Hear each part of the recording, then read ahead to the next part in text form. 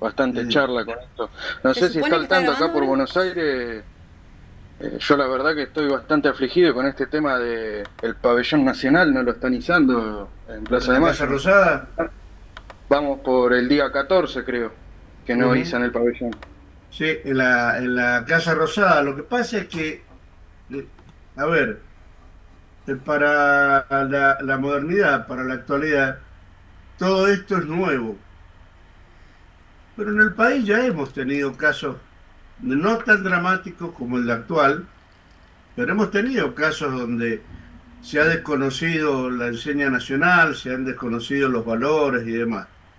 Lo que pasa es que en aquellos tiempos todo eso terminaba rebotando en un golpe de Estado que en definitiva era peor el remedio que la enfermedad. Hoy en día hay que estar expectante porque realmente se pueden hacer pronósticos de cosas que pueden llegar a suceder. Pero que haga un pronóstico por ahí a veces tienen más el riesgo de equivocarse que de acertar, porque esto es una dinámica y no sigue un patrón definido. Es como que son varios teatros de operaciones distintos, pero lamentablemente sabemos que tienen una raíz de tres patas, que es Estados Unidos, Israel y Gran Bretaña. A lo mejor nosotros corremos el riesgo más concreto, porque yo no sé si Dios nos premió en darnos un país como este o nos castigó, porque desde que yo tengo uso de razón y lo que vengo estudiando, leyendo, de 1810 para acá, todo ha sido un castigo en este país. Todo ha sido un castigo. No ha habido un gobierno, no ha habido. Sáquenlo a Perón, que Perón, casi en su 10.º año para el golpe de Estado del 55, él ya estaba cansado. Venía luchando contra las paredes porque se le había ido todo de las manos. Todo lo que él había creado para armonizar a la sociedad se le estaba corrompiendo. Y eso hablamos de los sindicatos, hablamos de la concepción mental de los trabajadores, que ya se habían puesto más exigentes, y hablamos de las instituciones, porque ya se había corrompido el Congreso, ya estaba corrompiéndose las Fuerzas Armadas, sobre todo, bueno, las tres fuerzas, no hay una sola que se había corrompido.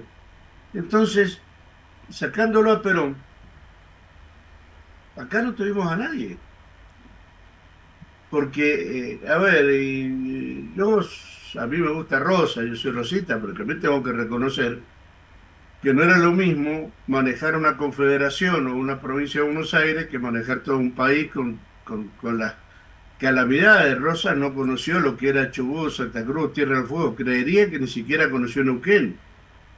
Entonces, eso ayuda bastante para tratar de entender qué somos, de dónde venimos y hacia dónde vamos. Y bueno. Eso es lo que nosotros siempre en reuniones discutíamos y charlábamos, y créanme, ¿no? Honestamente, con el corazón en la mano, me hubiese gustado que hubiésemos estado equivocados, que hubiésemos sido un grupo de iluminados, que, bueno, teníamos una idea cabal de lo que significaba lo que necesitábamos como Fuerzas Armadas, que por eso se hizo la sublevación. Alguien aprovechó para decir un golpe de Estado y posicionarse políticamente. No era un intento de golpe de Estado, ni mucho menos, porque justamente todos nosotros teníamos el mismo concepto ante golpe de Estado, entonces nunca íbamos a poder propiciar un golpe de Estado. Pero me hubiese gustado que hubiésemos estado equivocados, porque realmente lo que está pasando hoy, para mí es totalmente inédito, y eso que he visto de todo. Es totalmente inédito porque ya directamente tenemos otro país gobernando nuestro país. Ya no es un grupo, no es un asesor, es un país, que es Israel, gobernando nuestro país. Nos han quitado el país. Yo hace rato que vengo diciendo que la Argentina ya no es de los argentinos. Me dicen que estoy loco, paranoico, bueno, una serie de cosas. Estoy acostumbrado. Pero nos ponemos a pensar, tienen injerencia en cada acto de gobierno nacional, tienen injerencia en provincias donde justamente han firmado el contrato con Mecorot, tienen injerencia en la estabilidad emocional de nuestros compatriotas, porque hoy en día está todo el mundo paranoico con el tema de los judíos. Yo lo único que podría anticipar, en base a lo que vengo viendo, es que va a llegar un momento en que el odio va a ser mucho. Entonces va a suceder que en algún lugar van a ver un judío y lo van a pasar a mejor vida, nada más que por ser judío. Y eso tampoco está bueno. Nosotros no podemos caer en esa barbarie porque los argentinos somos muy inteligentes y tenemos mil maneras de sacarnos esta calamidad de encima. Y esta no es la mejor. Bueno, si alguien elige este camino, pero no es el mejor, no es el aconsejable. Así que bueno, nosotros llega un momento en que hasta nos hace dudar, ¿sí? Nos hace dudar fuertemente si las políticas finales del general Perón fueron tan contundentes como para que prevalecieran en el tiempo.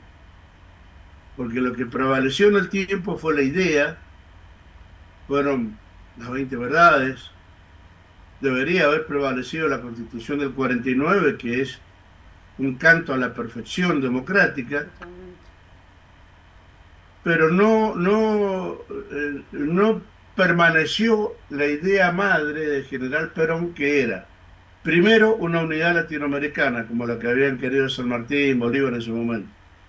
Él sabía perfectamente bien que el bloque sudamericano era un bloque importante, que si se hubieran unido todos, pero ¿qué pasaba? Económicamente no estábamos todos iguales, no todos los países tenían el mismo poder de disuasión que nosotros, etcétera.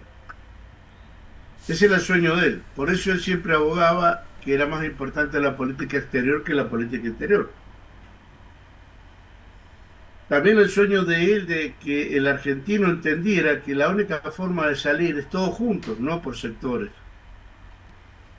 Y evitar justamente esta canibalización que es hoy nuestro país, que lo único que nos va a llevar es que una mañana nos vamos a despertar, vamos a salir a la vereda y vamos a enterar que hay banderas israelíes izadas por todos lados. Eso es lo que no prevaleció de Perón. De Perón prevaleció lo romántico. Y aquel error que cometemos los argentinos, yo no mucho, pero bueno, no me voy a excluir, es que nos encanta seguir al hombre, idealizar al hombre, fanatizarnos con el hombre y olvidarnos de las ideas del hombre. Sí. A muchos peronistas que lo sienten internamente, es más, yo tengo un primo hermano que vive en Buenos Aires que si mañana le decís, Jorge, tirate del balcón por Perón, se tira, ¿eh? Ahora, preguntarle si conoce alguna de las ideas de Perón, pero de las ideas formadoras de producción, de sacar adelante el país. No se conoce. Lo romántico, ¿no? Lo tranquilo, después se entremezclan con el marxismo que aparece en escena en el 73 y vamos andando. Entonces, hoy en día hay muchos que se dicen ser peronistas y están tan lejos de ser peronistas porque son idealizadores de Perón, imitadores de Perón, pero no son peronistas. Tienen una fachada que cuando uno empieza a raspar un poquito la olla, se le cae la fachada peronista y aparece cualquier otra cosa. Así que hay que tener mucho cuidado con caer en idealismos o preferencias de gente que no solo no tiene caminar dentro del peronismo, sino que no tienen los verdaderos conocimientos. Hay un refrán que yo siempre uso: al rengo, para saber si es rengo, hay que verlo caminar. A todos esos que hoy se dice que son peronistas y que defienden a rajatabla la idea de Perón y que traen conceptos viejos que los quieren adaptar acá a través de una entrevista, lo que sea, y no camina, acá no se falta los conceptos viejos. Acá lo que hay que hacer es traer conceptos nuevos. Sí, los ferrocarriles, muy lindo, bla, bla, bla, bla, bla. Pero seamos pragmáticos. Lo que se encargaron entre Menem y Cavallo de destruir, nosotros nos va a llevar 100 años volver a construirlo. Entonces no hagamos ejemplificaciones, no hagamos parangones, no hagamos comparaciones, porque no sirve. Hay que traer cosas nuevas. Y de última, queremos hacer los ferrocarriles, perfecto. ¿Con qué? Tenemos que traer el acero de China y tenemos que traer los durmientes de Brasil y tenemos que traer las máquinas diésel de, no sé, de Italia o España. No tenemos ni para fabricar un bisturí, vamos a tener para fabricar rieles, locomotoras, vagones, en serio, en serio. Construyen un tanque de ejército uno cada 8 meses porque no tienen capacidad de producción. Eso es lo que nos ha pasado. Pero bueno, la temática de la charla de hoy era otra, según me habías comentado, Aisha. Sí, sí, Hugo, Así pero igual que, nada, me reinteresaría como escucharlo, bueno, hablar del tema del sur, que seguramente lo vamos a retomar, pero puntualmente el tema de hoy era Seineldin, ¿no? Eh, nada, quería, bueno, yo que me parece que lo mejor es empezar en cómo usted lo conoce a Seineldin. Baseneddin, primero lo vi por primera vez en Malvinas mismo, allá por el 12 o 13 de junio, a ver, disculpen porque por ahí tengo lo que yo se llama dislexia de calendario, o sea, se me va la fecha de un lado para el otro. A ver, la rendición fue el 14, nosotros la noche del 13 de junio tuvimos bastante trabajo, creo que fue el 10 de junio. El 10 de junio, a nosotros, a los suboficiales, que éramos jefes de pieza de artillería antiaérea, de Fuerza Aérea, que estábamos en el aeropuerto de Puerto Argentino, como en la noche no podíamos operar, Respirar. nos convocan a una reunión en Puerto Argentino, la zona donde estaba basada la Fuerza Aérea. Bueno, ahí lo vimos en el día, que junto con un par de oficiales de la Fuerza Aérea ya estaban comentando, porque aparte también había gente del regimiento de él ahí con nosotros, del regimiento de él, de Infantería 25, que estaban basados tanto en el aeropuerto como en la ciudad de Puerto Argentino, donde ya nos decía que todo se estaba viniendo abajo. Creo que a él le quedó en la memoria porque con otro suboficial de ejército y yo le preguntamos si lo que él nos estaba queriendo decir era que íbamos a rendirnos Para mosquito. y si íbamos a rendirnos, ¿por qué causa? Pásamelo. Así que bueno, ahí lo vi la primera vez. Bueno, él me contestó, le respondió al otro suboficial, etc. Pasaron los años, cuando yo termino mi carrera militar así un poco abruptamente, en el año 90, a principios de los 90, o fin del 89, Seinaldín viene a Mendoza a dar una serie de conferencias. Que ahí vienen otros veteranos que habían sido conscriptos o escuadros, que tienen reunión con nosotros y de ahí nacen esas reuniones, nace la Federación Nacional. Seinaldín estaba, bueno, justamente yo estaba con este cabo primero que había estado en Malvinas, que en ese momento yo no sabía ni que él era mendocino, ni mucho menos que iba a ser uno de los que me ayudó a crear la agrupación acá en Mendoza, que es la que le dio pie a la creación de la Federación Nacional. Y dijimos, bueno, vamos a verlo, vamos a escuchar a ver qué dice. Créanlo o no, estaba hablando, nosotros estábamos del grupo, que había un grupo de gente, no era un lugar muy grande, cabrían unas 200 personas. Lo que pasa es que salían 200 y entraban 200 y así.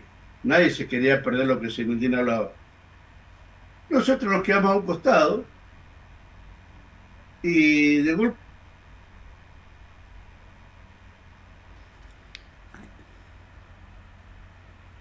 nos miró Ah, y dijo, se tildó un disculpen, poquitito, pero sí, ahí lo escucho bien, perdón. y pues, frenó lo que estaba diciendo, miró hacia la izquierda de él y le dice al público, dice, disculpen que interrumpa, pero quiero saludar a dos camaradas veteranos de Malvinas. Con el otro nos miramos sorprendidos. Aunque no lo quiera creer, nos había reconocido de esa reunión del puerto argentino. Así que, bueno, y ahí fue que lo conocí. Después, cuando terminó la serie de conferencias, se juntó con nosotros, con los veteranos que habían venido a Buenos Aires, a, a, a picar algo ahí en el hotel, y comenzamos a conversar. Bueno, al que no le interesaba el tema, se fue yendo. Los porteños se quedaron a escuchar, pero ya conocían cómo venía la mano. ¿Y esto por qué era? Porque la federación al comienzo no era nada, y la dirigían entre él, el contraalmirante Busser y la madre de Giachino. Entonces él quería que la organización pasara a manos de los verdaderos veteranos, o sea, de los veteranos de bajo nivel. Y quedamos dos y él charlando. Y ahí comenzó a explicar. Entonces ahí le conté mi historia. Se la conté totalmente ampliada, sin agregar ni quitar absolutamente nada, de por qué era lo que había sucedido. Y esta es una historia que no se conoce porque realmente no tuvo un gran impacto publicitario como los carapintadas verdaderos que estaban en los cuarteles y demás. Sino esto se manejó sotto y voce.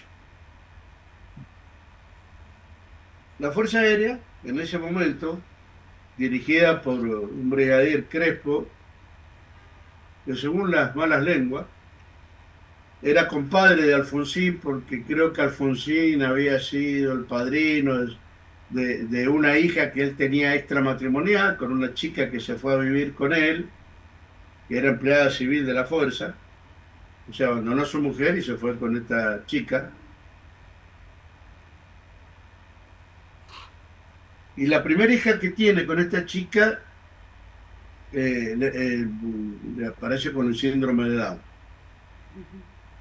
Entonces, bueno, ellos eran medio socios en algunas cuestiones, de acuerdo siempre a los informes de inteligencia de la época, ¿no? Entonces, habían preparado planes de operaciones para atacar al ejército si el ejército se volvía a sublevar.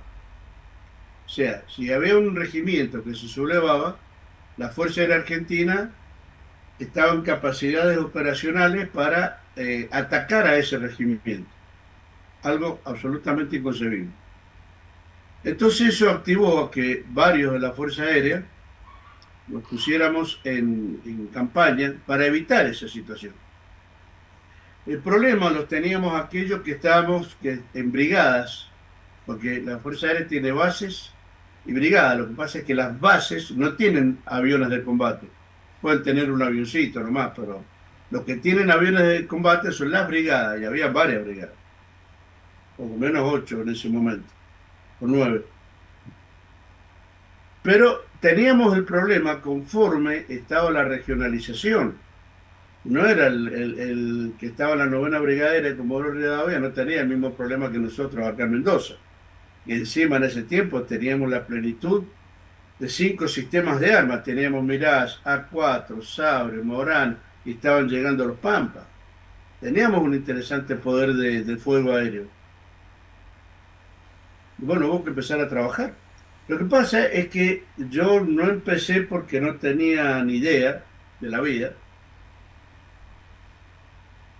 Bueno, no los voy a terminar de relatar porque en definitiva eso fue lo que pasó, la idea de que los aviones o no despegaran, o que si despegaran no dispararan, no pudieran disparar, prendió. Hubieron varios mecánicos que se prendieron al tema, y ellos mismos por ahí tenían pensado sabotear los aviones para evitar eso. O sea que la prédica el trabajo dio resultado. Bueno, yo le conté todo eso a Zaineldin y él me invitó a participar en el grupo. Yo ya lo he relatado, no es ningún secreto y para mí no es ningún deshonor decir que yo en Malvinas fui como artillero, pero acá cuando vine a Mendoza en el 85 yo venía de la Jefatura 2 de Inteligencia. Entonces tenía muy en claro muchas cosas, muy en claro. Bueno, y ahí fue donde empecé a conocer a Perón, porque Zinedine tenía una idea muy acabada de Perón. No confundamos porque una cosa es Perón y otra cosa es la lectura del peronismo. Son dos cosas distintas. Perón es un tipo que hasta el día de hoy casi nadie lo conoce, como tuvimos la oportunidad nosotros de conocer su idea. Aparte, como quiera que sea, contemporáneo mío, cuando él fallece, yo estaba ingresando a la escuela de suboficiales. O sea, fue mi contemporáneo. Entonces, ahí es donde Zinedine me invita a participar y me cuenta su historia. No hacía mucha falta que me contara porque yo la conocía, obviamente. Y la idea que él tenía era de armar un grupo de militares, ya sea en actividad, retirado, lo que fuere, para hacer un análisis global de la situación. Pero ¿qué pasaba? Nosotros no perdíamos de vista una de las cosas que decía Perón, que era la impronta de fortalecer el conocimiento en relaciones exteriores. Nosotros antes de estudiar o analizar lo que podía pasar en el país, teníamos que estudiar y analizar lo que estaba pasando en el mundo. Y ya en la década de 90, el mundo estaba dando claras señales de una globalización, pero muy fuerte. Nosotros acá la venimos a tener recién con Menem, pero ya después de la caída del muro de Berlín, un cuento chino, ahí ese era el inicio de la globalización, porque era como que se terminaban imaginariamente o se terminaban los muros imaginarios que había en el mundo. Por eso, yo digo por ahí, a veces hay gente que se molesta, pero lamentablemente es una realidad concreta, porque hay una tercera posición que a nosotros nos define como humanos, como cristianos, como seguidores de la doctrina social de la Iglesia, que no es lo mismo que la teología de la liberación de aquellos sacerdotes marxistas, ¿no? Son dos cosas distintas. Entonces, bueno, sabíamos ya positivamente en ese tiempo que la tercera posición no se iba a poder volver a aplicar en el país porque la globalización terminó con los polos de poder. ¿Cuál era? En la tercera posición, y sacamos la parte espiritual y moral del hombre, vamos a la tercera posición económica, que decía, la tercera posición era un péndulo que le vendía a la derecha y a la izquierda simultáneamente, no le importaba quién se estaba peleando con quién. Nosotros le teníamos que vender al mundo porque eso dependía del fortalecimiento de la economía y las finanzas del país. No había así una, ay no, a este no le vendemos porque es de derecha, a este no le vendemos porque es de izquierda. No, hábilmente Perón creó eso porque dijo, siempre le cambiaron el rótulo, ni marxista, ni capitalista, ni izquierdista, ni derechista y así, pero la idea general fue esa.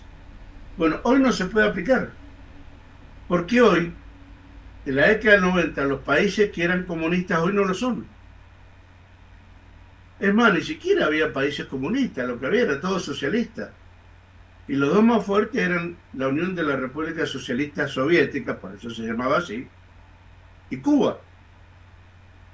Y no había más. Los demás eran simuladores.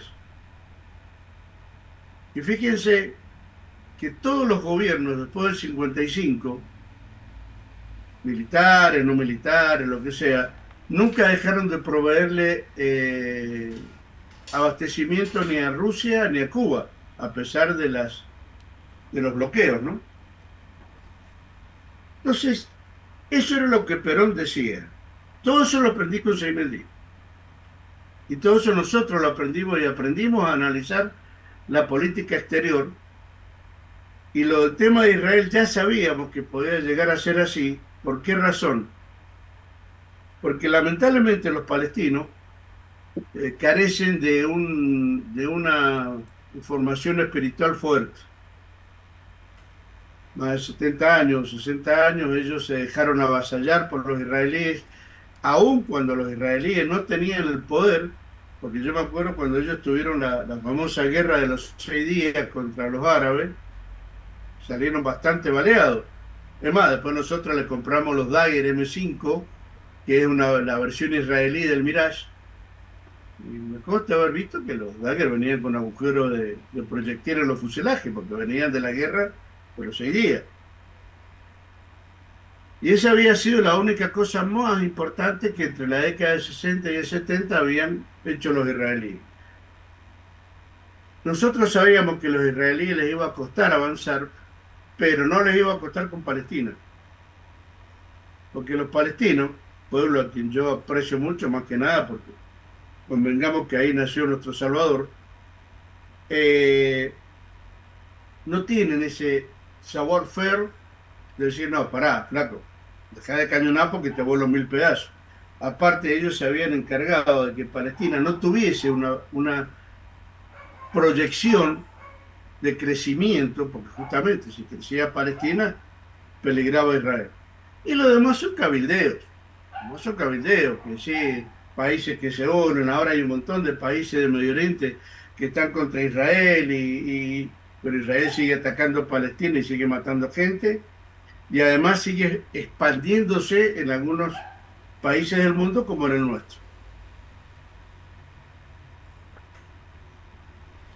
Yo nunca critico mucho, porque si yo tengo que criticar a los israelíes, antes tengo que criticar a los argentinos. Nosotros somos un pueblo que nos saca en el fútbol y perdemos la personalidad y perdemos la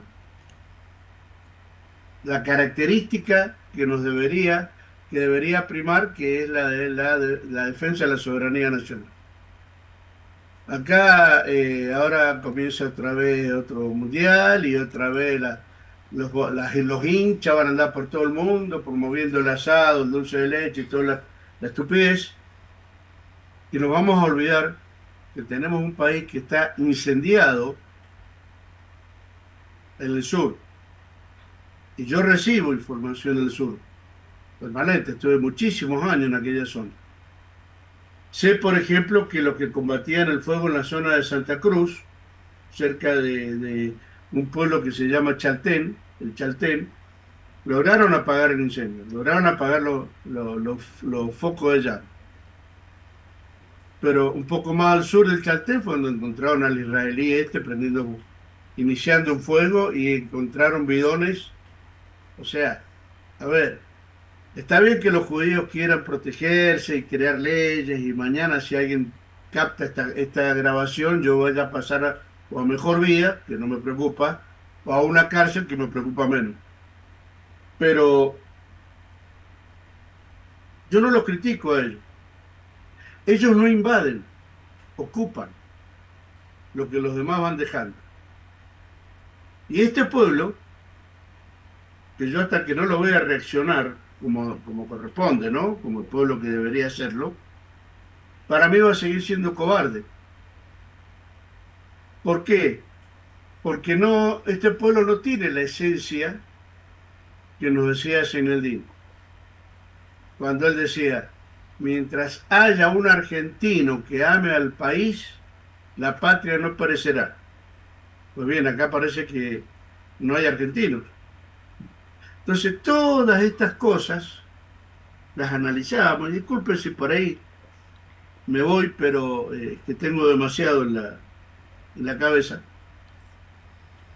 Las analizábamos porque sabíamos perfectamente que se iba a armar la trilogía satánica o el eje del mal, que era Estados Unidos, Gran Bretaña e Israel.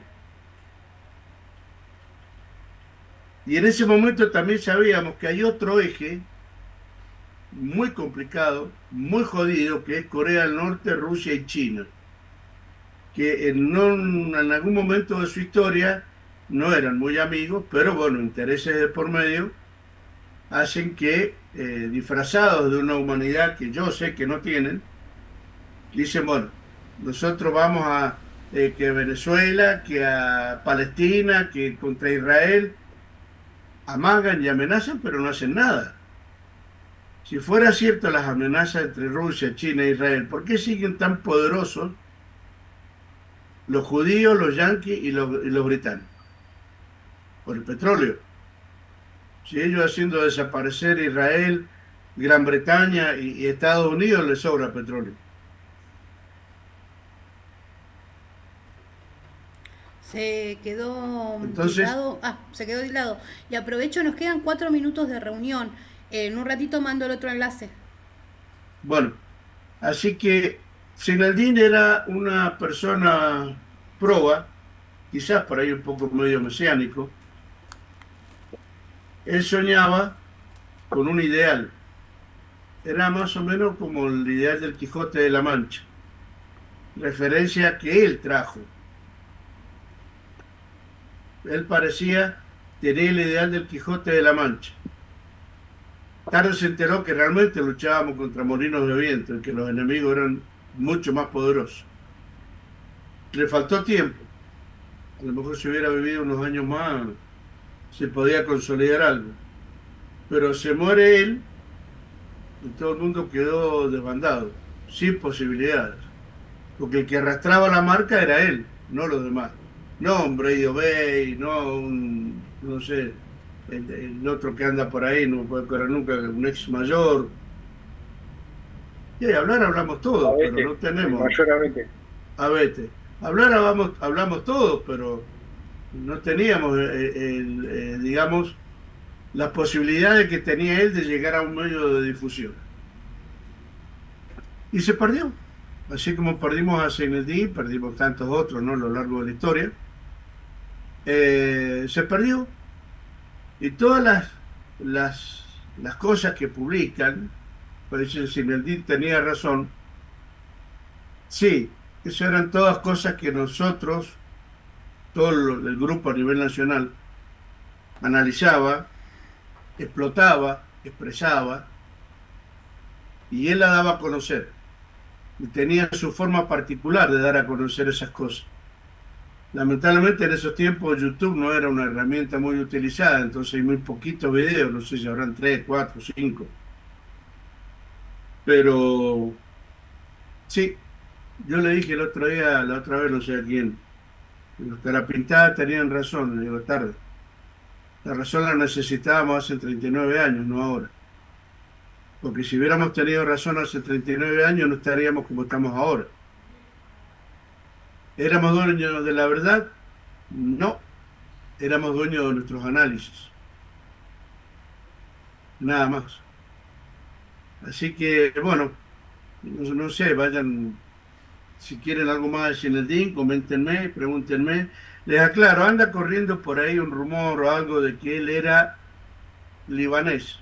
No, era de padres libios, pero él nació en Concepción del Uruguay, en Entre Ríos, en el año 33. Y era druso, que es una derivación de la religión musulmana, pero él en su adolescencia se convierte al catolicismo, porque si no, tampoco hubiera podido ser militar, porque en esos tiempos a nosotros para ser militar nos exigían ser católicos, punto. Argentino o por opción, pero católico. Entonces él, si hubiera sido libio, no hubiera podido ingresar al ejército. Eso es lo que pasa cuando la ignorancia, el fanatismo y la estupidez se apoderan de personas supuestamente intelectuales, o que, digamos, se arrogan de tener conocimiento que en definitiva no tienen. Así que, bueno, Hugo, nos queda 1 minuto. ¿Le parece que cerramos y empezamos a abrir preguntas? Yo sé, bueno, que Cuervo tiene un montón de preguntas que me las mandé y no se las quiero chorear. Bueno, calculo que los otros compañeros también, así que le parece que mando ahora el otro Sí, sí. enlace y abrimos preguntas. Vos sos la bastonera mayor, así que arrancá nomás. Dale, Huguito. Ahí le mando el Lo que enlace. vos después. Dale.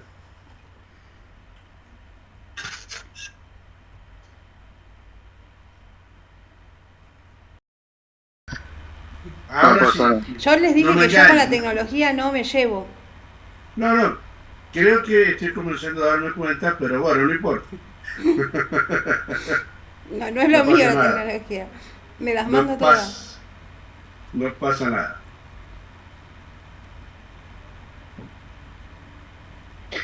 Bueno, Hugo, no sé si está para una de las preguntas que le quería hacer con Sí, esto de hacer una diferenciación. Saludo a los compañeros, a la compañera que se sumaron, un gusto. Con esto de hacer la diferencia, ¿no? Del 87 con lo que fue Semana Santa con Rico a lo que fue el 3 de diciembre del 90, ¿no? Esta y el cuestión 80. de la Está. democracia que vuelve a engancharlo, ¿no? Después del Mm, proceso militar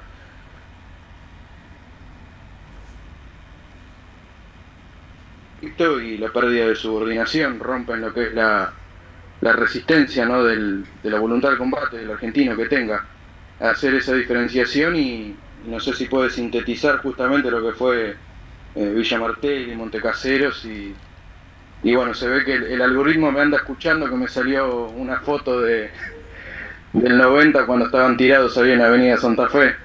Eh, Anduve haciendo un poco de memoria hoy respecto a esto, sabe que estoy bastante inmiscuido, más que nada por parte de Milo, y sabiendo que usted pertenece a Fuerza Aérea, se valora que pueda aclarar por parte del Ejército también, ¿no? Mira, yo he tenido la suerte de poder interactuar con algunos de ellos. No con muchos, pero lo suficiente como para tomar conocimiento de qué fue lo que pasó. Hay una fecha que no se la tiene nunca en cuenta, que es la del 3 de diciembre de 1988. No se la tiene en cuenta porque como justo también fue 3 de diciembre, se utiliza la del 3 de diciembre de 1990, pero en realidad, o de 1989 o 1990, pero en realidad la del 3 de diciembre de 1988 también es una fecha válida, que ahí es donde yo soy detenido. Muy bien, arrancamos. Sintetizar esto es medio complicado porque si se sintetiza, por ahí se corre el riesgo de no terminar comprendiendo cuál fue la realidad de los alzamientos. En realidad existía un plan, que obviamente Serendí lo conocía porque él fue el que lo armó, y tenía que ver con una cuestión regional, no solo en el país. Pasa que después, como toda esta clase de planes se van reconfigurando, ante la imposibilidad de poder concretarlos, se van reconfigurando. Y quedaron con la intención de simplemente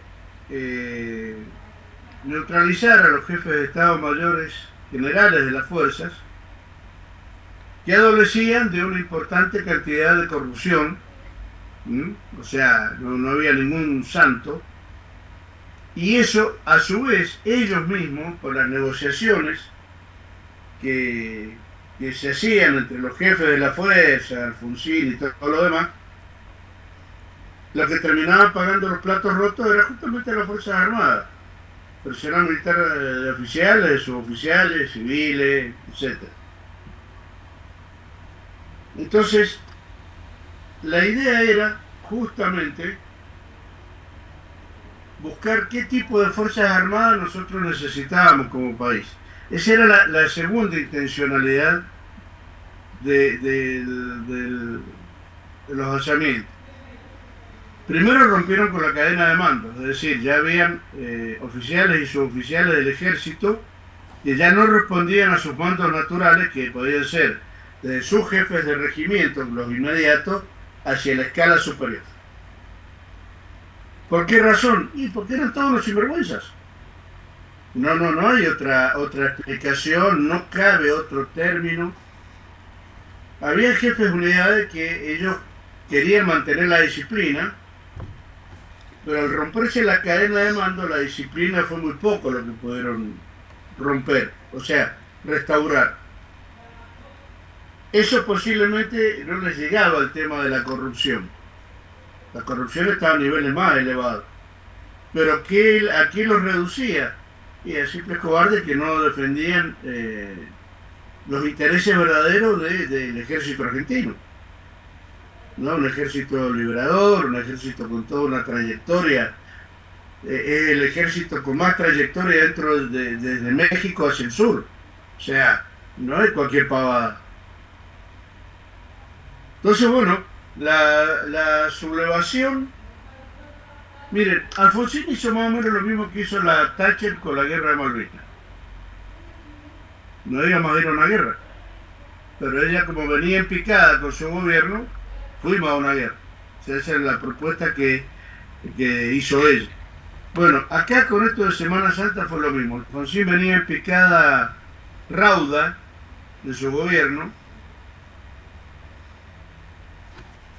Y a mí no me cabe ninguna duda que lo usaron a Rico para que se sublevara, sabiendo que ya estaba ese plan, a fin de dar el manotazo de ahogado para su gobierno.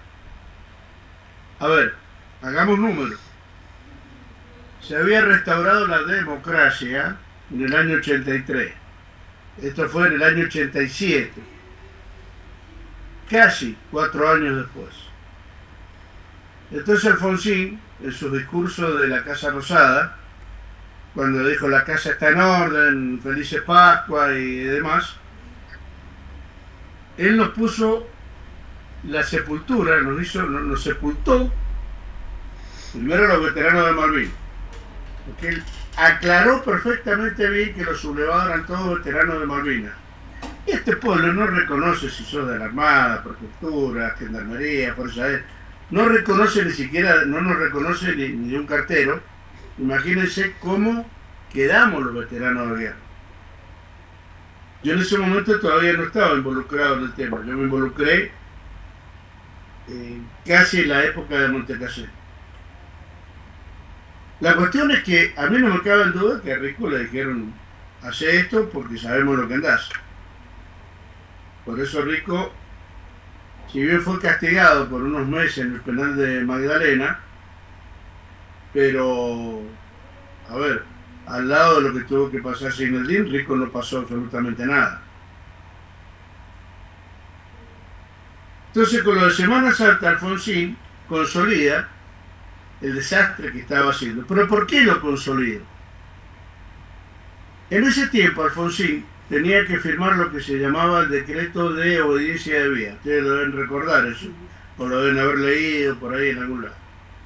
El decreto de obediencia debida habilitaba a las Fuerzas Armadas a que si alguien había cometido algún militar había cometido un delito en aras de la lucha antisubversiva, por haber cumplido una orden quedaba eximido de toda pena y toda cuestión. O sea, no importa si había matado gente. Habías cumplido una orden y quedabas eximido. Bueno. Pero ¿qué pasaba? De este lado le saltaban los derechos humanos. No tenía más resistencia. Y el tipo usó Semana Santa para dejar un mensaje subliminal haciendo entender que lo que había pasado en Semana Santa era un intento de golpe de Estado. Entonces le mandó un mensaje a los derechos humanos. Decirle, tengo que firmar porque si no nos hacen otro golpe de Estado. Y acuérdense que hace muy poco que hemos recuperado la democracia. Ese es el mensaje barrial que le mandó los derechos humanos. Entonces pudo firmar el decreto sin que nadie se le opusiera. Rico va detenido en el regimiento de Montecasero, Corrientes. Detenido, o sea, lo destinaron allá, digamos, ¿no? Nada más que no tenía actividad, pero era teniente coronel, así que se reunía con todo el mundo. Perdón que lo interrumpa, Hugo. Ahí habría que hacer un paréntesis de qué fue lo que pasó con los cuadros cuando vuelven de la gesta de Malvinas, que a Milo casi lo mandan a Egipto, lo terminan mandando a Panamá. a Rico pasa lo mismo. Los cuadros oficiales los terminan mandando a los regimientos o de agregado militar al lugar más recóndito, ¿no? No, en realidad no fue tan así. Zinedine va a Panamá porque en un concurso que abre el Departamento de Estado, entre el Departamento de Estado norteamericano y el Pentágono, para elegir entre 5 coroneles comandos de Sudamérica, el que estuviera más apto para ir a Panamá para reordenar las Fuerzas Armadas de Noriega. Bueno, y ahí ganó Zinedine, porque aparte de los 100 coroneles, el comando él era el único que tenía experiencia de guerra. Sí. Perdón, Hugo, ahí yo quería rescatar la capacidad y el adiestramiento que ha llegado a tener el ejército o las fuerzas argentinas, que llegaba a exportar materia, digamos, gris o en cuestión militar a otras naciones. A eso voy. Muy bien. Cuando termina el conflicto con Malvinas,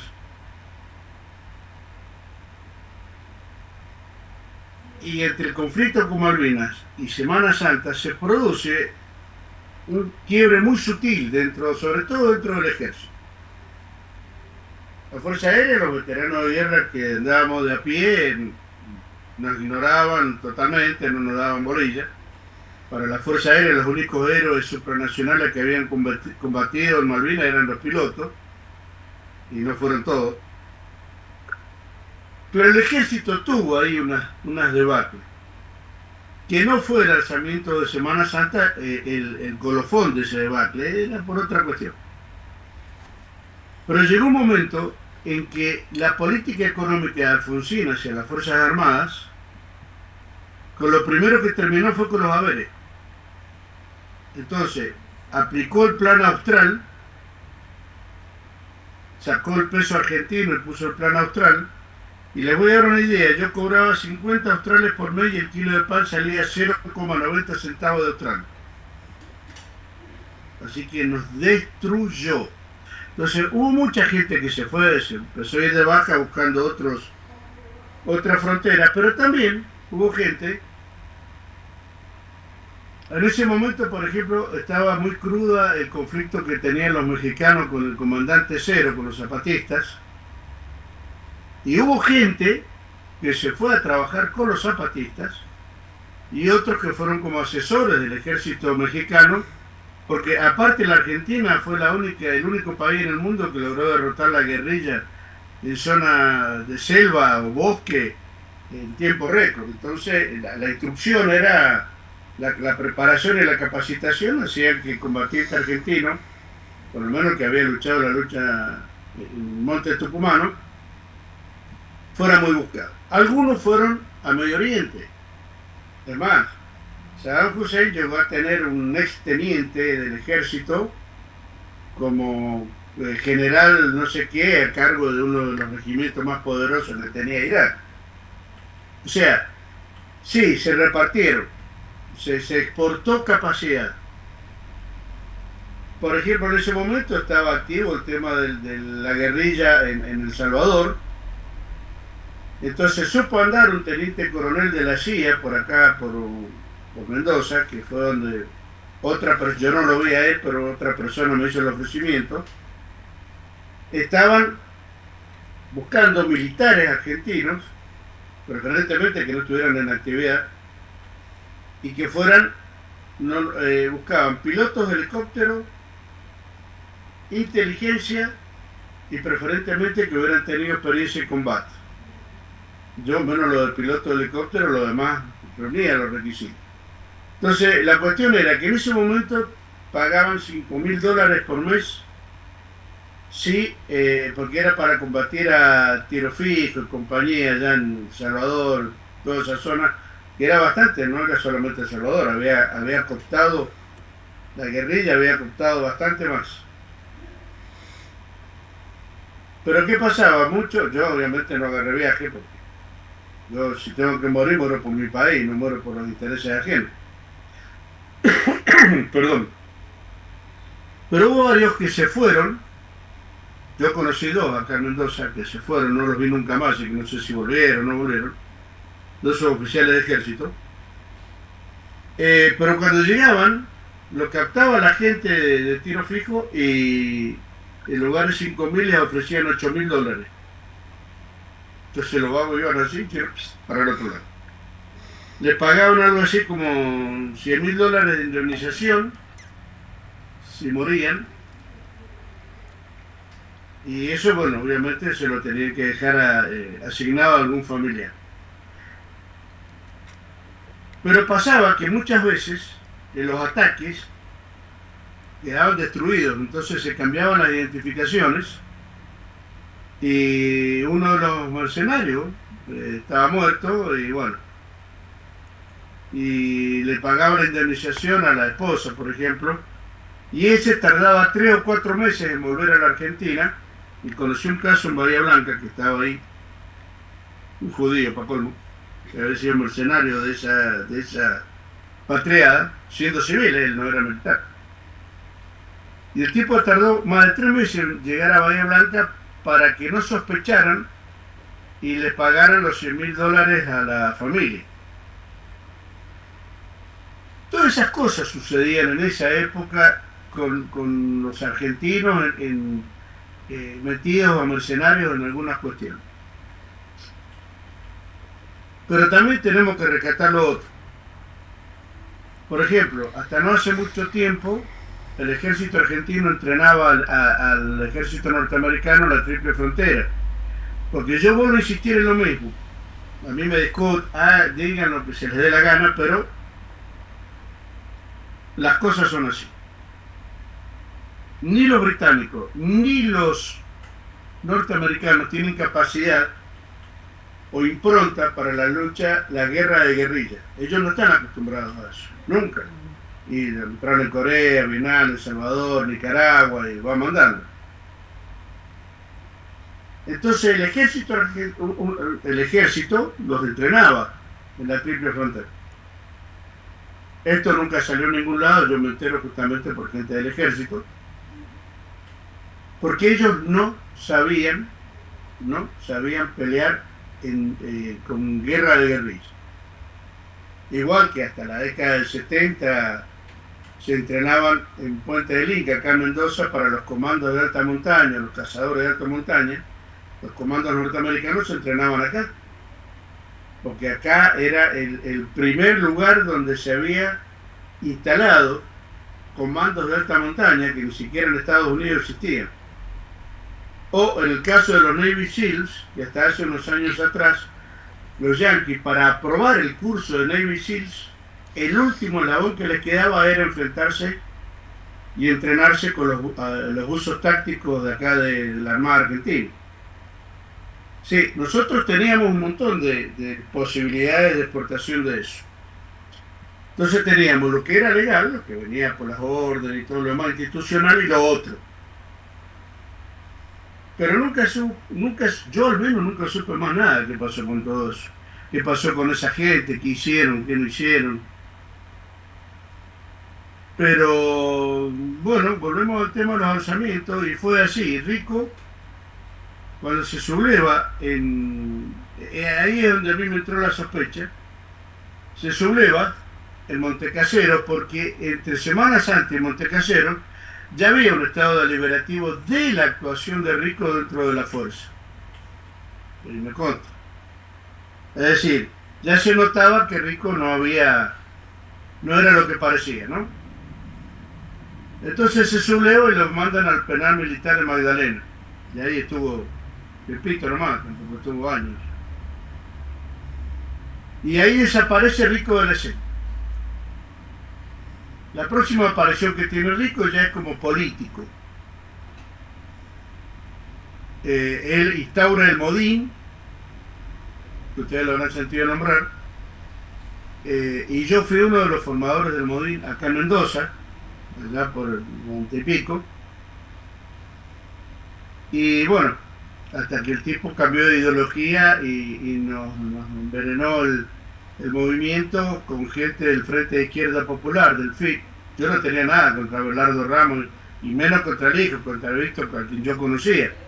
Digamos, son de la izquierda vernácula, ¿no? Son de la izquierda nacionalista, por darle algún tinte, que no es como la Bregman, del Caño y toda esa mugre que al final todavía no se sabe para qué está.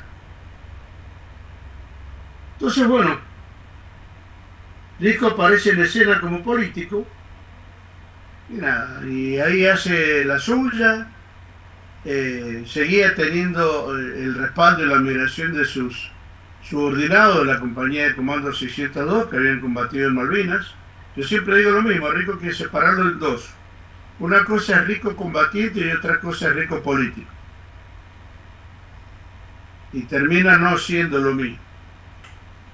O sea, Perón era político militar y militar político. El tipo en los dos estados hacía gala de su personalidad, de su conocimiento, etcétera, etcétera. Rico no. Yo con Rico inclusive discutí 2 veces. La segunda discutí en Buenos Aires en el marco de una semana que había armado la Federación Nacional, que era el primer seminario nacional sobre política exterior, soberanía nacional y Malvinas. Arrancaba un día lunes, que en teoría lo abría Menem, y finalizaba un día viernes, que en teoría lo cerraba Corach.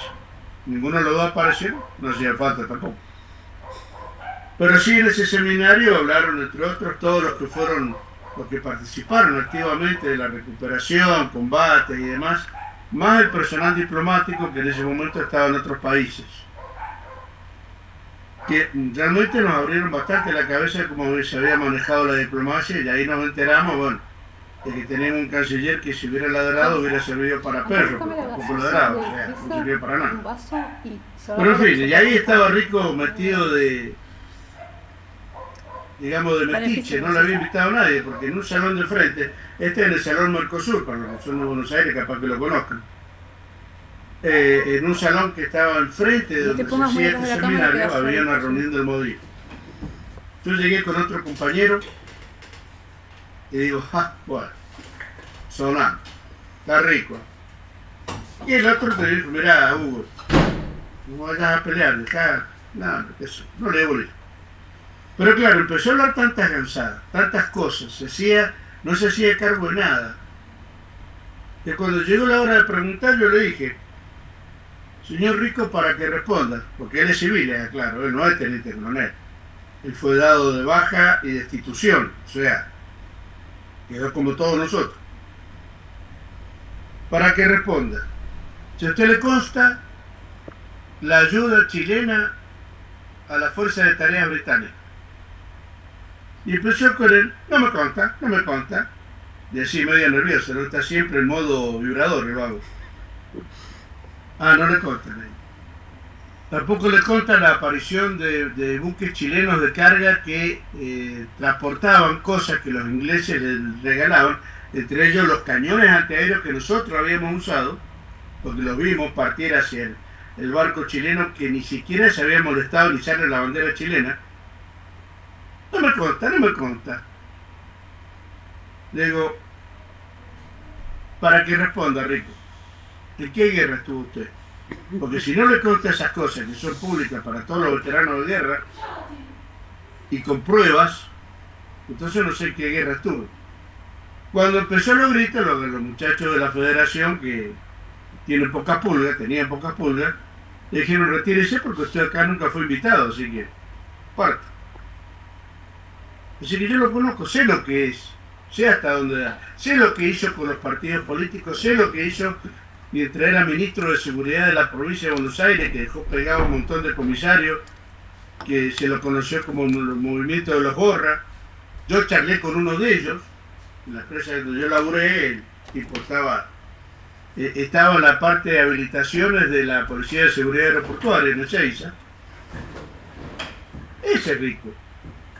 Rico no tiene heroísmo. En Malvinas, Malvinas es un tipo que a ustedes le daban un objetivo y el tipo lo cumplía. Pero después hizo la gran Hugo Chávez. Se olvidó de eso y se fue para el otro lado. No sé qué más había sobre este tema. No, de la diferenciación, la pregunta, justamente, el paréntesis le había abierto con los cuadros que volvían de Malvinas, donde los habían metido. Ya más o menos cerramos esa idea. Sí, Esta pero lo que Semana pasa es que Santa, no fueron todos cuervos, ¿eh? Hay claro, mucha claro, gente que estuvo metida en sus unidades, algunos se retiraron, cumplieron su carrera militar, otros no toleramos estar bajo una sodomización neoliberal dentro de la fuerza y bueno, hicimos lo que teníamos que hacer. la pregunta nace justamente de que Vox Populi dice, no, Rico es lo mismo que Milo, Nada, y la realidad que no. Justamente esto del pronunciamiento del 3 de diciembre ya se gesta de cuando está de agregado militar en Panamá. Estaba mm, justamente haciendo un repaso de memoria antes de la reunión y todo, y no pude ubicar el nombre de la mujer esta de la Escuela de Guerra que va al Congreso en esta reunión que tienen tipo Escuela de Américas, y es ahí donde se llega a noticiarse en Delín de una corrida. No sé si le habrá mirá, contado la anécdota o cómo fue el tema ahí. no, de eso no tengo conocimiento. Pero a la época del 3 de diciembre de 1990, ya Seineldin ya no estaba en actividad. Por ende, no estaba, él ya venía estando preso en Campo Los Andes, bueno, una serie de lugares. Y ya se le decía coronel, pero ya habían dispuesto su baja de destitución también al respecto. Eso fue lo que pasó con todos. El 3 de diciembre del 88 se sublevan los albatros, que eran los comandos de la prefectura que habían estado en Malvinas.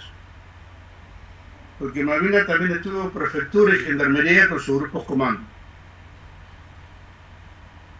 Ellos se sublevan y toman el regimiento 3 de la Tablada. Regimiento, por eso le digo, hay tanta sobreposición de fechas y de hechos que el mismo regimiento donde al mes y días el movimiento Todo por la Patria entró y mató y lo tomó y bueno, se armó el desastre. Mismo regimiento. Entonces, Seineldin, que venía de estar detenido en Campo Los Andes, no le queda más remedio que plegarse a esa sublevación.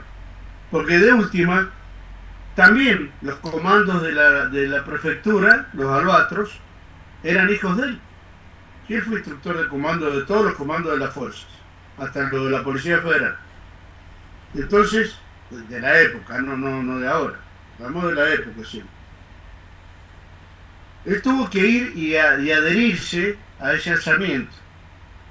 Ahí donde el coronel Romero Mundani, que era jefe de un regimiento o de una división de blindados, bueno, muere. Yo después estuve charlando con el hermano de él, también, que había sido sublevado con el tiempo, no sé, han pasado 4 o 5 años, estuve charlando con él. Y ahí muere Romero Mundani, que también era veterano de guerra y había estado con Seineldin en Malvinas, nada más que la parte de los blindados. Y nada, se termina la sublevación arrancó un viernes, que fue cuando a mí me detienen, en la mañana, y terminó un domingo en la tarde donde se entregan y bueno, y demás. Pero ahí la historia fue distinta porque lo encaró una fuerza de seguridad, no lo encaró el ejército ni ninguna otra fuerza armada. Los albatros ya estaban cansados de tanto manoseo, sobre todo por parte de la Armada, de la prefectura naval, y ellos agarraron y decidieron sublevarse. Pero como ellos no tenían un asentamiento fijo, una unidad, ¿a dónde se iban a sublevar? Y se fueron a sublevar un regimiento. Y eso obligó a que Seineldin les tuviera que dar el apoyo. Si no, Seineldin no se hubiese metido. Si se hubiera sublevado a la prefectura y se hubieran ido, no sé, qué sé yo, al edificio de Libertad, y le hubieran tomado el edificio de Libertad, Seineldin no se mete. Pero se mete porque lo hicieron dentro de un regimiento. Y a partir de ahí se activa todo el otro apoyo del ejército, como en el caso de los tanques. a tal punto que cuando se sucede el ataque al regimiento de la Tablada, los medios que tenemos nosotros, que ya hemos discurrido bastante de lo que son los medios argentinos, de lo que fueron, son y serán los medios argentinos, lo primero que dijeron a las 7 de la mañana que era un ataque cara pintada. Sí. Me acuerdo que yo estaba con mi esposa, verano, acá ya a las 6 de la mañana estábamos despiertos, yo estaba tomando mate y estábamos escuchando la radio. Mi señora me mira y le dije, no son carapintados, los carapintados nos matarían camaradas. Y acá mataron soldados concretos, cuadros, hicieron un desastre. Hasta que después dijeron que era el movimiento Todo por la Patria, que estaba medio vinculado con el radicalismo, bueno, una serie de cosas. Después nos vamos al 3 de diciembre del año 90, o fue el mismo año. Corríjame la fecha, chico, porque la verdad que me... Sí, de Semana Santa 87, 3 de diciembre del 88 Albatros y ahora 3 de diciembre del 90, sí. Del 90, pasamos al 90, perfecto.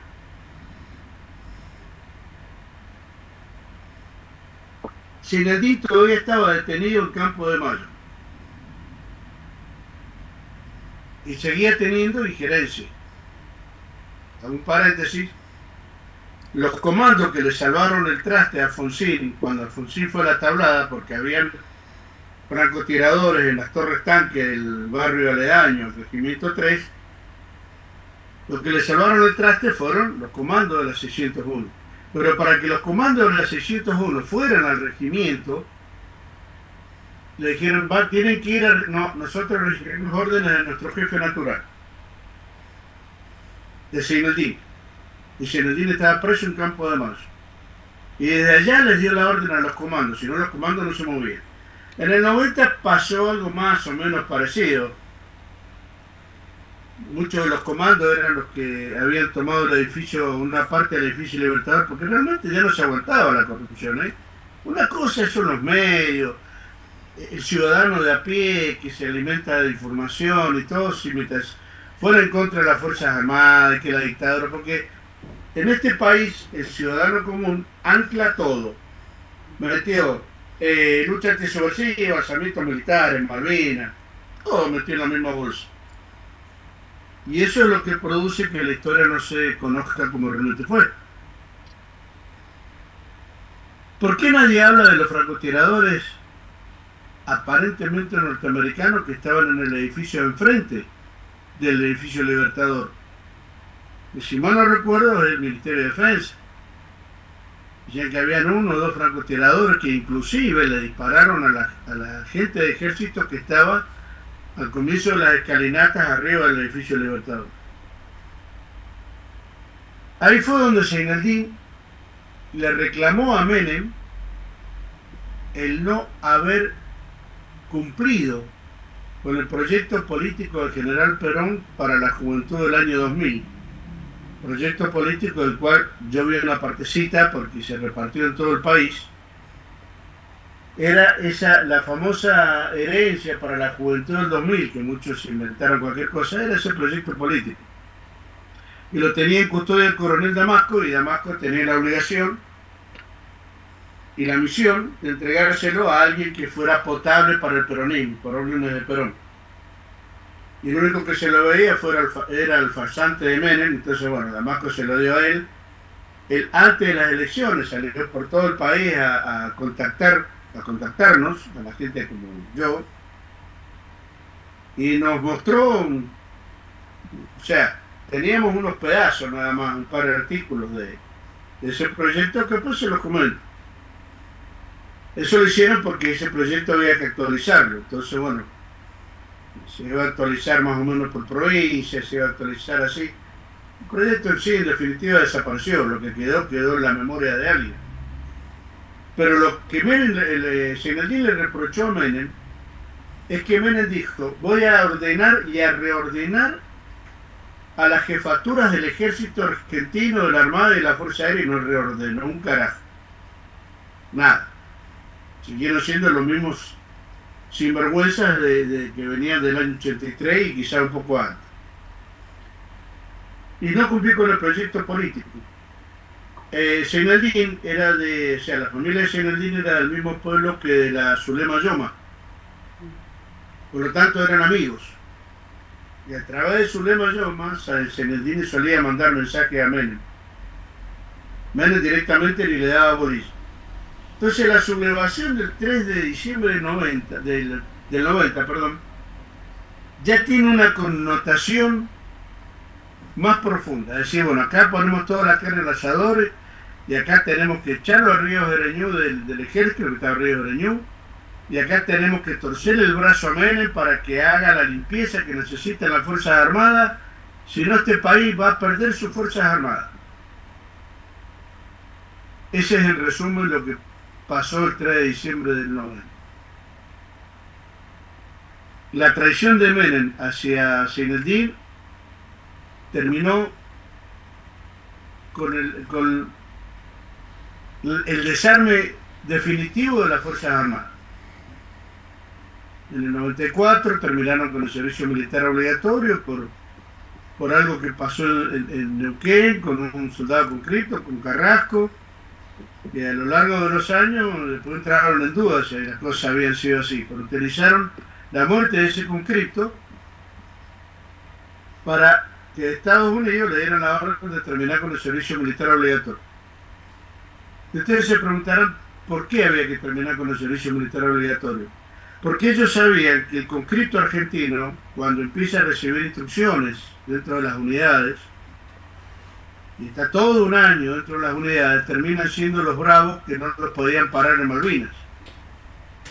La raza argentina es jodida en cualquier edad si se la instruye bien. Entonces ellos no querían tener soldados que fueran instruidos por militares, como había pasado en Malvinas. Y esa es la historia semi-redondeada de lo que vivimos entre los finales de los 80 y los 90. Y antes que me olvide, les comento. Hubo una reunión, como hubo en casi todo el país, y nos entregan 2 artículos de ese proyecto de ley. Eran bastante largos, obviamente que se los voy a dar a modo de, como se dice ahora, ¿no?, de tips. Uno de ellos hablaba de lo que era el poder intermedio, pero ya sabía que los poderes intermedios eran los que generaban la corrupción. Esto es, Congreso Nacional, legislaturas provinciales y consejos deliberantes municipales. Él lo sabía perfectamente. Claro que lo sabía. Lo sabíamos nosotros, que no tenemos ni idea, no lo iba a saber él. Entonces la idea era que el presidente de la nación, después les explico cómo se llegaba a la elección del presidente de la nación, el presidente de la nación intervenía por 180 días el Congreso Nacional para su posterior disolución. Y cuando hablamos de disolución, se hablaba hasta inclusive de arbitrariamente terminar con las dietas, las jubilaciones de privilegio, todo ese tipo de cosas. ¿Por qué? Porque realmente es el cáncer de la nación. No es el Poder Judicial, ni siquiera el Poder Ejecutivo. Es el Poder Legislativo el que a nosotros como país nos viene hundiendo desde que la democracia se instaló acá. Asimismo dice que el presidente de la nación ordenará a los gobernadores provinciales hacer lo propio con las legislaturas provinciales y los gobernadores ordenarán a los intendentes municipales hacer lo propio con los consejos deliberantes. Y que si algún gobernador se negaba, se le intervenía a la provincia, y si algún municipio, algún intendente se negaba, se le intervenía al municipio. Y ahí se terminaba con el foco de corrupción más importante que tiene y que por lo que veo va a tener el país. ¿Cómo se llegaba a las elecciones? Esto también es muy largo, voy a tratar de ver. A ver. Hugo, nos queda un minuto antes que se corte. Puntualmente usted está hablando de los borradores del modelo argentino, ¿no? Claro. no sé si los compas por ahí saben, les comento, el modelo argentino, como nosotros conocemos a ese texto, en realidad no es un texto original. Él trabajó con el coronel Damasco y el otro no me acuerdo ahora. Graci Susini. ¿Cómo? Graci